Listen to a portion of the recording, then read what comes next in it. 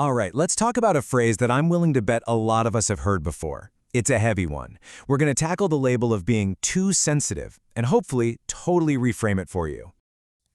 Yeah, that one. You're too sensitive. Does that sound familiar? Maybe someone said it to you during a tough conversation, or maybe when you just felt completely overwhelmed by, well, everything. It's one of those phrases that can really sting, right? It feels like a judgment, like it's saying your feelings are just wrong. But what if it means something else entirely? So, this is the big question for today. Is being sensitive some kind of flaw, a weakness you have to fix? Or is it just a sign, a signal that your system is overloaded and dealing with way too much? Let's get into it. Okay, so let's really break this label down.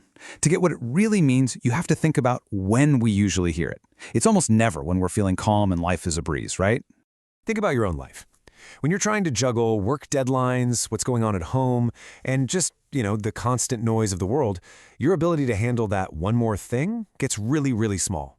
Suddenly, a little inconvenience you'd normally just shrug off feels like this huge, impossible mountain.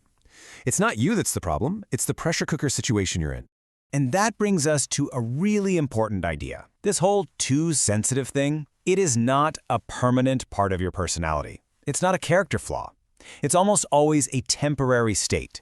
The state of your nervous system being completely and utterly overloaded. There's actually a word for this, overstimulation.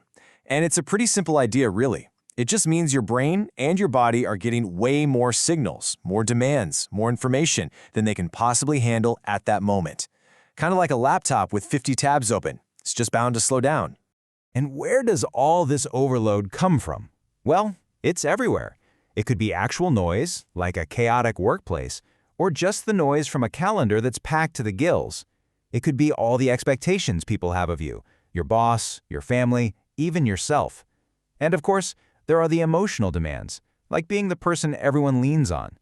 All of it takes a toll on your system. So this is the big shift we're talking about. The misconception, the old way of thinking, is that this is some personal failing, a weakness. But the reality? It's just a biological response. It's a sign that your nervous system is in overload. It's absolutely not a sign of weakness. If anything, it's a sign that you're carrying way too much. To make this super clear, I want to use a really simple analogy. Honestly, I think this is going to make so much sense. Seriously, just picture it. Your nervous system is kind of like the smartphone that's probably within arm's reach right now. It's incredibly powerful, it can do a million things, but it definitely has its limits. So here's how it plays out. First, you've got too many apps running. We're talking work emails, group chats, social media, worries about money. That's your system trying to do it all at once. So what happens next? The processor starts to overheat. That's that feeling of stress, of being totally overstimulated. And the final result? The phone gets glitchy. It slows down. It freezes. It might just crash altogether. And that is the sensitive reaction. It's your system just being forced to shut down. So if the whole problem is just an overloaded system, then what's the fix? Well, the phone analogy actually gives us a really simple, really clear way to think about it. This right here is everything. Think about it. If your phone started lagging because you had 30 apps open and were streaming a movie, you wouldn't get mad at it, right? You wouldn't call it too sensitive or weak. You just know, oh, it's doing too much right now. The solution is so logical. You don't insult the phone, you help it. You figure out what's draining the battery and hogging all the processing power, and you just start closing those apps. You give the system a chance to cool down and get back to normal. And that's really what I want to leave you with. The next time you feel yourself getting overwhelmed, that too sensitive feeling creeping in, stop. And instead of blaming yourself, just ask this question. Get curious.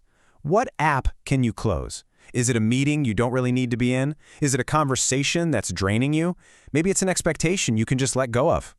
Seeing that you're overloaded isn't a weakness. It's actually the very first step to taking your power back.